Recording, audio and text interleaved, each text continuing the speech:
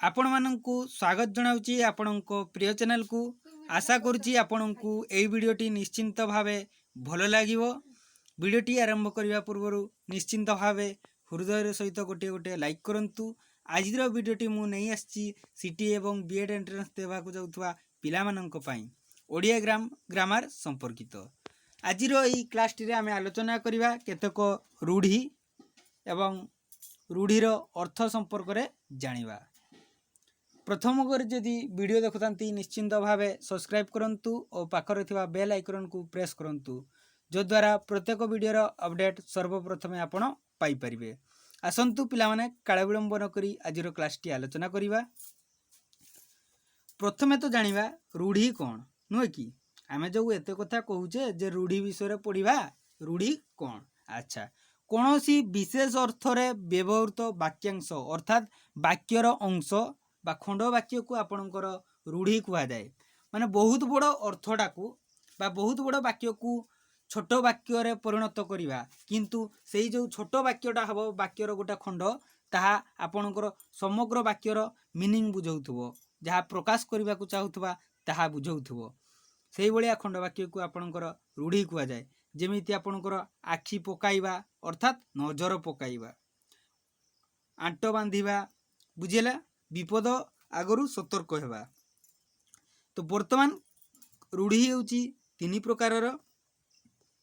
केते प्रकार पिला माने रूढ़ी होची तीन प्रकारर। गोटे हला क्रियायुक्त रूढ़ी अर्थात सेथिरे क्रियाटा जुड़ी की थिबो।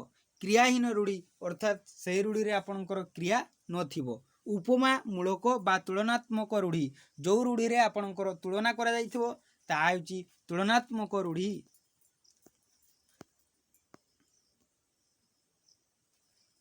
देख पिला माने क्रियायुक्त रूढ़ी क्या कहिबा ना गोटे वाक्यांश बा पद संगति रे क्रियापद युक्त होले जेमति देख कपाळ कपाळ रे फिटिबा क्रियापद जोग होला कपाळ फिटिबा ता अर्थ होची सौभाग्य उदय हेबा। ओठा काठी रे पड़िबा असुविधा रे सम्मुखीन हेबा। ओठा काठी रे देती आपनकर पड़िबा क्रियापद युक्त होला। एठी जेहेतु क्रियापद युक्त होइची तेणु ए भलिया रूढ़ी को आपनकर क्रियायुक्त रूढ़ी कुआ जाए। परवर्ती जा क्रियाहीन रूढ़ी अर्थात क्रिया एठी न थाए। अलणा कथा क्रिया अछि कि नाही मूल्यहीन कथा।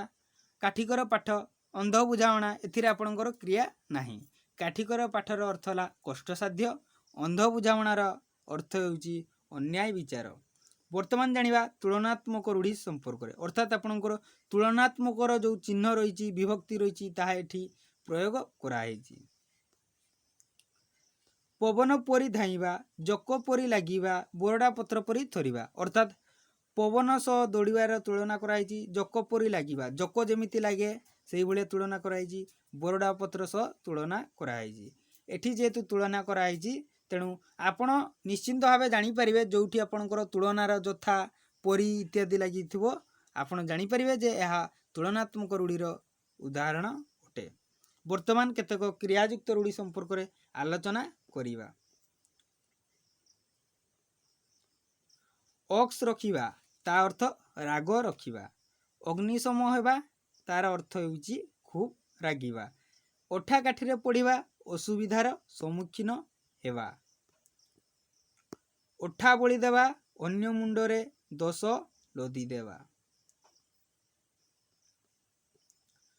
तापर पिला दिया देख अर्धचंद्र देवा अर्थात गोला धक्का मारी बाहर कर देवा। अर्धचंद्र देवार अर्थ होउची गोला धक्का मारी बाहर कर देवा। अंध देश रे दर्पण बिकिबा। मूर्ख निकटरे ज्ञानर महत्व बखाणिबा।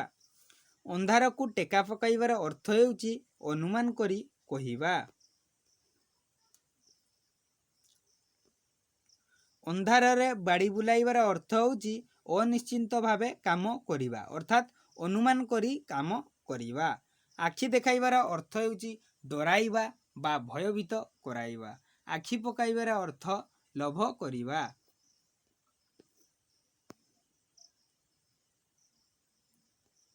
आखि बुझिबार अर्थ होउची मृत्यु लाभ करिबा। आखि पाइबार अर्थ होउची पसंद हेबा। आखु कियारी रे पशिबा अर्थात ଠିକ୍ ମାର୍ଗ ଖୋଜି ନ ପାରିବା। ଆଖିରେ ଧୂଳି ଦେବା, କୌଶଳରେ ଅନ୍ୟକୁ ଠକିବା। ଅଣ୍ଟା ବାନ୍ଧିବା, ମନକୁ ଦୃଢ଼ କରିବା ବା ସାହସ କରିବା। ଇନ୍ଦ୍ରଚନ୍ଦ୍ର ନ ମାନିବା, ଗର୍ବରେ ସମସ୍ତଙ୍କୁ ଅବଜ୍ଞା କରିବା। ଇହଲୀଳା ସମ୍ବରଣ କରିବା, ଏହାର ଅର୍ଥ ହେଉଛି ମୃତ୍ୟୁ ଲାଭ କରିବା। ଏ କାନରେ ପୂରେଇ ସେ କାନରେ ବାହାର କରିବା। କାହା କଥା ନ ଶୁଣିବା ସମ୍ପୂର୍ଣ୍ଣ ଅବାଧ୍ୟ। ଔଷଧ ରାଗରେ ତାଟିଆ କାମୁଡ଼ିବା, ଏହାର ଅର୍ଥ ହେଉଛି ଜଣଙ୍କ ଉପରେ ରାଗ ଅନ୍ୟ ଉପରେ ସୁଝେଇବା। କଙ୍କଡ଼ା ଗୋଳିଆ ପାଣି ସୁହାଇବା, ଅର୍ଥ ମନ୍ଦ ଲୋକ ଖରାପ ପରିବେଶରୁ ଫାଇଦା ଉଠାଇବା। କଟା ଘାରେ ଚୂନ ଦେବା, ଅର୍ଥ ବେଦନାକୁ ଉଖାରିବା, ଯନ୍ତ୍ରଣା ଉପରେ ଯନ୍ତ୍ରଣା ଦେବା। କଣ୍ଟା ବାଡ଼ରେ ଲୁଗା ପକାଇ କଳି କରିବା, ବିନା କାରଣରେ ବା ଅଯଥାରେ କଳି କରିବା। କଥା ତଳେ ନ ପକାଇବା, ଅର୍ଥ ଆଦେଶ ଅମାନ୍ୟ ନ କରିବା। କପାଳ ଫିଟିବାର ଅର୍ଥ ସୌଭାଗ୍ୟୋଦୟ ହେବା। କଳା କାନ ବୁଲାଇବା, ଅର୍ଥ ସର୍ବସ୍ୱ ଲୁଟି ନେବା ବା ଅପହରଣ କରିବା। କଳା କାଠ ପଡ଼ିଯିବାର ଅର୍ଥ ମଳିନ ବା ଶୁଖିଲା ଦିଶିବା। କାନ ଡେରିବାର ଅର୍ଥ ହେଉଛି ପିଲାମାନେ ପର ଛିଦ୍ରକୁ ଲୁଚି କରି ଶୁଣିବା। ବୁଝି ହେଉଛି? ଦେଖ, କାନ ମୋଡ଼ିଲେ ବଚନ ନ ବାହାରିବା, ଖୁବ୍ ଶାନ୍ତ ସ୍ୱଭାବ। କାନରେ ହାତ ଦେବା, ଅର୍ଥ ବିସ୍ମୟ ପ୍ରକାଶ କରିବା। କାମରେ ହାତ ଦେବା, କାର୍ଯ୍ୟ ଆରମ୍ଭ କରିବା। କୁଟା ଖଣ୍ଡିକ ଦ୍ୱିଖଣ୍ଡ ନ କରିବା, ଅର୍ଥାତ୍ ପରିଶ୍ରମ କାତର ହେବା। କେରାଣ୍ଡି ଗୁନ୍ଥି ବାଳିଆ ଧରିବା, ଅର୍ଥାତ୍ ସାମାନ୍ୟ ଖର୍ଚ୍ଚରେ ପ୍ରଚୁର ଲାଭ କରିବା।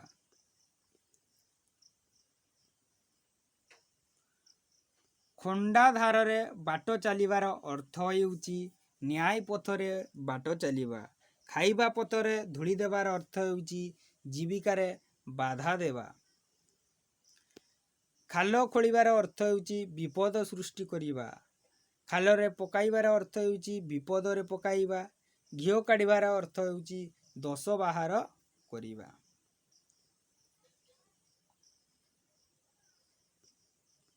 ଗାଲରେ ହାତ ଦେବାର ଅର୍ଥ ଚିନ୍ତିତ ହୋଇ ବସିବା। ଗୁଜୁରାଣ ମେଣ୍ଟାଇବାର ଅର୍ଥ କଷ୍ଟେ ମଷ୍ଟେ ଚଳି ଯାଇପାରିବା। ଗୁମ୍ ମାରି ବସିବାର ଅର୍ଥ ମନ ମାରି ବସିବା।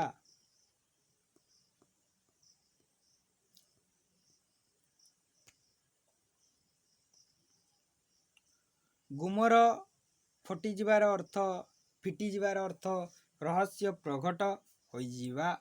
ଗୋଡ଼ ଟେକି ବସିବାର ଅର୍ଥ ପ୍ରସ୍ତୁତ ହୋଇ ରହିବା। ଗୋଡ଼ ତଳେ ନ ପଡ଼ିବା, ଅର୍ଥ ହେଉଛି ଅତ୍ୟଧିକ ଖୁସି ହେବା। ଗୋଡ଼ ବୋଇଲେ ହାତ ବୋଲ କରିବା, ଅର୍ଥାତ୍ ଏହାର ଅର୍ଥ ହେଉଛି ଅତି ଦୁଷ୍ଟ। ଗୋଡ଼ ହାତ ଧରିବାର ଅର୍ଥ ହେଉଛି ନେହୁରା ହେବା। ଘରେ ନ ପଶୁଣୁ ମୁଣ୍ଡରେ ଚାଳ ବାଜିବା, ଅର୍ଥ କାର୍ଯ୍ୟାରମ୍ଭ ପୂର୍ବରୁ ଅମଙ୍ଗକର ସୂଚନା। ଚଳୁ କରିଦେବାର ଅର୍ଥ ସବୁ ଶେଷ କରିଦେବା। ଚାଲିଲା ଶଗଡ଼ରେ ହାତ ଦେବା, ଅର୍ଥ ଅତି ଦୁଷ୍ଟ। ଚିତା କାଟିବାର ଅର୍ଥ ହେଉଛି ଠକିବା।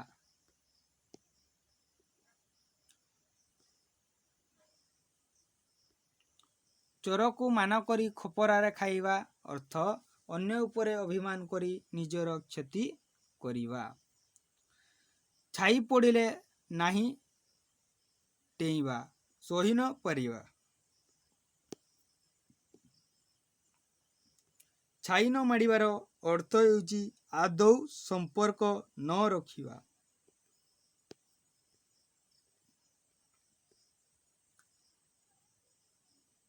ଛାତି ପତେଇବାର ଅର୍ଥ ହେଉଛି ସାହସ ବାନ୍ଧିବା। ଛାତି ଫୁଲାଇ ଚାଲିବାର ଅର୍ଥ ହେଉଛି ଗର୍ବ ପ୍ରକାଶ କରିବା। ଛେନାରୁ ଚୋପା ଛଡ଼େଇବାର ଅର୍ଥ ହେଉଛି ଖୋଜି ଖୋଜି ଦୋଷ ବାହାର କରିବା। ଛେଳି ଗୋଡ଼ରେ ଧାନ ମକ୍ଚିବାର ଅର୍ଥ ହେଉଛି କ'ଣରେ? ଅଯୋଗ୍ୟ ବ୍ୟକ୍ତି ଉପରେ ଦାୟିତ୍ୱ ଦେବା। ଜୀବନ ମୂର୍ଚ୍ଛିବାର ଅର୍ଥ ପ୍ରାଣବଳି ଦେବା। ଝାଙ୍କ ଛଡ଼ାଇ ଦେବାର ଅର୍ଥ କାହା କଥା ନ ଶୁଣି ଜିଦ୍ କରି ଅଥୟ କରିବା। ଝିଣ୍ଟିକା ମାରି ବଣି ପୋଷିବାର ଅର୍ଥ ହେଉଛି ଦୁର୍ବଳକୁ ମାରି ସବଳକୁ ସାହାଯ୍ୟ କରିବା। ଟହଲ ମାରିବାର ଅର୍ଥ ହେଉଛି କାମ ନ କରି ଏଣେ ତେଣେ ବୁଲିବା। ଠାସକୁ ମାରିବାର ଅର୍ଥ ହେଉଛି ଅନୁମାନ କରିବା। ଡାଳ କାଟିବାର ଅର୍ଥ ହେଉଛି ଅଙ୍ଗଚ୍ଛେଦନ କରିବା। ତଣ୍ଟି କାଟିବାର ଅର୍ଥ ହେଉଛି ଅନିଷ୍ଟ କରିବା। ତିନି ପାଞ୍ଜୁରୁ ଯିବାର ଅର୍ଥ ହେଉଛି ଯଶ ହରାଇବା। ତିଳକୁ ତାଳ କରିବାର ଅର୍ଥ ହେଉଛି ଛୋଟ କଥାକୁ ବଡ଼ କରିବା।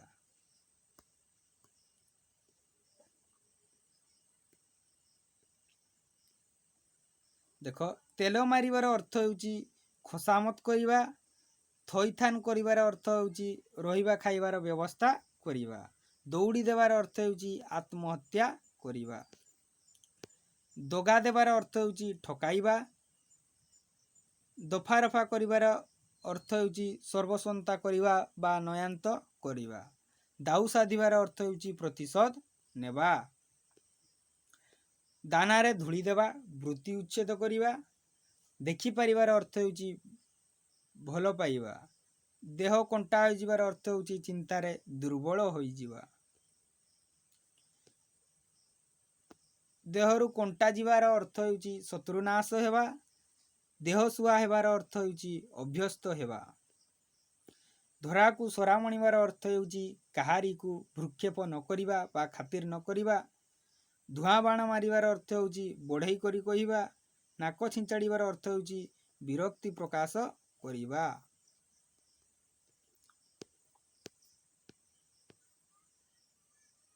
ନାକ ଟେକିବାର ଅର୍ଥ ହେଉଛି ଘୃଣା କରିବା। ନାକେଦମ କରିବାର ଅର୍ଥ ହେଉଛି ଅଥୟ କରିବା। ନାହିରେ ତେଲ ପକାଇ ଶୋଇବାର ଅର୍ଥ ହେଉଛି ଚିନ୍ତା ଶୂନ୍ୟ ହୋଇ ଶୋଇବା। ନା କରିବାର ଅର୍ଥ କ୍ଷତି ଅର୍ଜନ କରିବା। ନା ପକାଇବାର ଅର୍ଥ ଅଖ୍ୟାତି ପାଇବା। ନେଇ ଆଣି ଥୋଇବାର ଅର୍ଥ କୌଶଳ ସହକାରେ କାମ କରିବା। ପର ମୁଣ୍ଡରେ ନଡ଼ିଆ ବାଡ଼େଇବାର ଅର୍ଥ ହେଉଛି ଅନ୍ୟ ଉପରେ ଦାୟିତ୍ୱ ଲଦି ଦେଇ ଖସି ପଳେଇବା। ପର ଲାଗି ପୁଅ ମୁଣ୍ଡ ଛୁଇଁବାର ଅର୍ଥ ହେଉଛି ଅନ୍ୟ ପାଇଁ ଜୀବନ ମୂର୍ଚ୍ଛିବା। ପାଣି ନ ଗଳିବାର ଅର୍ଥ ହେଉଛି ନିବିଡ଼ ସମ୍ପର୍କ। ପାଣିରେ ସର ପକାଇବାର ଅର୍ଥ କୌଶଳରେ ମନ ବୁଲାଇବା। ପାରି କରିବାର ଅର୍ଥ ଉଦ୍ଧାର କରିବା। ପାଲରେ ପକାଇବାର ଅର୍ଥ କୌଶଳରେ ଆୟତ୍ତ କରିବା। ପାସଙ୍ଗରେ ପକାଇବାର ଅର୍ଥ ଖାତିର କରିବା। ପିଠିରେ ପଡ଼ିବାର ଅର୍ଥ ହେଉଛି ସାହାଯ୍ୟ କରିବା, ସାହା ହେବା। ପେଟରୁ କାଟିବା ଅର୍ଥ ହେଉଛି ଅନ୍ୟ ପାଇଁ ନିଜ ସୁଖକୁ କମାଇବା।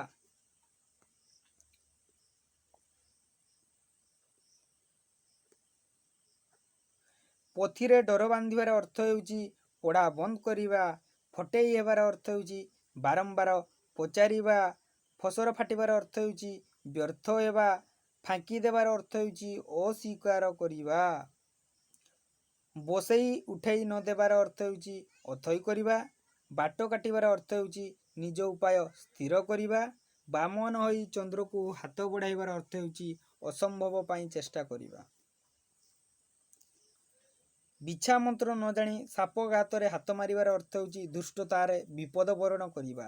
ବିରାଡ଼ି ଛିଙ୍କିବାର ଅର୍ଥ ହେଉଛି ଅନୁକୂଳ ବିଗୁଡ଼ି ଯିବା। ବିରାଡ଼ି ବେକରେ ଘଣ୍ଟି ବାନ୍ଧିବାର ଅର୍ଥ ହେଉଛି ପ୍ରତିପତ୍ତିଶାଳୀ ଲୋକ ବିରୁଦ୍ଧରେ ପ୍ରଥମେ ବାହାରିବା। ବିଷ ଦାନ୍ତ ଭାଙ୍ଗିବାର ଅର୍ଥ ଔଦ୍ଧତ୍ୟ ଚଢ଼ାଇ ଦେବା। ଭାଲୁ ଧରାଇବାର ଅର୍ଥ ହେଉଛି କୌଶଳରେ ଜଞ୍ଜାଳଗ୍ରସ୍ତ କରାଇବା। ଭୁଆଁ ବୁଲାଇବାର ଅର୍ଥ ହେଉଛି ବିପଦରେ ବାହାନା ଦେଖାଇ ଠକିବା। ଭୂତ ଖାଇବାର ଅର୍ଥ ହେଉଛି ଅପବ୍ୟୟ ହେବା। ବେଳା ବୁଡ଼ିବାର ଅର୍ଥ ହେଉଛି ସର୍ବନାଶ ହେବା। ମନ କୁଣ୍ଠେ ମୁଣ୍ଠେ ହୋଇଯିବାର ଅର୍ଥ ହେଉଛି ନିଜର କୌଣସି କୃତିତ୍ୱ ସମ୍ବାଦ ଶୁଣି ଗର୍ବରେ ମନ ଫଟିଯିବା। ମନ ଘର ଧରିବା ହେଉଛି ଅସୁବିଧାରେ ପଡ଼ି ସତର୍କ ହେବା। ମନ ଛୁଇଁବାର ଅର୍ଥ ହେଉଛି ପସନ୍ଦ ହେବା। ମନ ଟେକିବାର ଅର୍ଥ ହେଉଛି ଇଚ୍ଛା ହେବା। मन मानिबा अर्थ पसंद योग्य हेबा। मन मारिबार अर्थ हेउची मन नहीं काम करिबा। मन रखिबार अर्थ हेउची मन नहीं काम करिबा। मन लागिबार अर्थ हेउची आग्रह प्रकाश करिबा। माटी रे मिसिबार अर्थ मृत्युवरण करिबा। मुंड झाड़ तुंडरे मारिबार अर्थ हेउची कठिन परिश्रम द्वारा पेट पोषिबा। मुंड को तेंतुलिया बिछा कामड़ीबार अर्थ हेउची चिंताग्रस्त हेबा।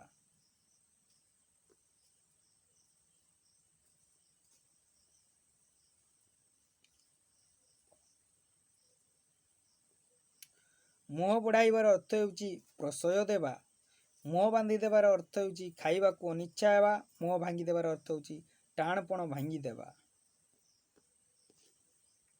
मुह मारिबार अर्थ हेउची संपर्क रक्षा करिबा। मुतरे दीप जलिबार अर्थ हेउची चाहिबा मात्रे कार्य सिद्ध हेबा। रकतरे बाड़ देवार अर्थ हेउची कुटुंबरु काटिबा। रक्त चाउल चबाइबार अर्थ हेउची राग जर्जरित हेबा। राग चढ़ी जिबार अर्थ हेउची प्रचंड भावे रागी जाइबा। राहा धरिबार अर्थ हेउची एक निश्वास रे कांदीबा। आशा करछि पिलामाने आपनकु एई रूढ़ी संपर्कित वीडियोटी निश्चिंत भावे भल लागिथिबो। हृदयर सहित गोटे गोटे लाइक करंतु एवं सांग साथी मानकु शेयर करंतु, जद्वारा से माने मध्य यार फायदा उठेई परिबे। एवं प्रथम करी वीडियो देखुथिले निश्चिंत भावे सब्सक्राइब करंतु और पाखरे थिबा बेल आइकन को प्रेस करंतु, जद्वारा प्रत्येक वीडियो रो अपडेट सर्वप्रथमे आपण पाई परिबे। आजिरो क्लास टी को पिला माने एठारे समाप्त रखुची। जय जगन्नाथ, धन्यवाद।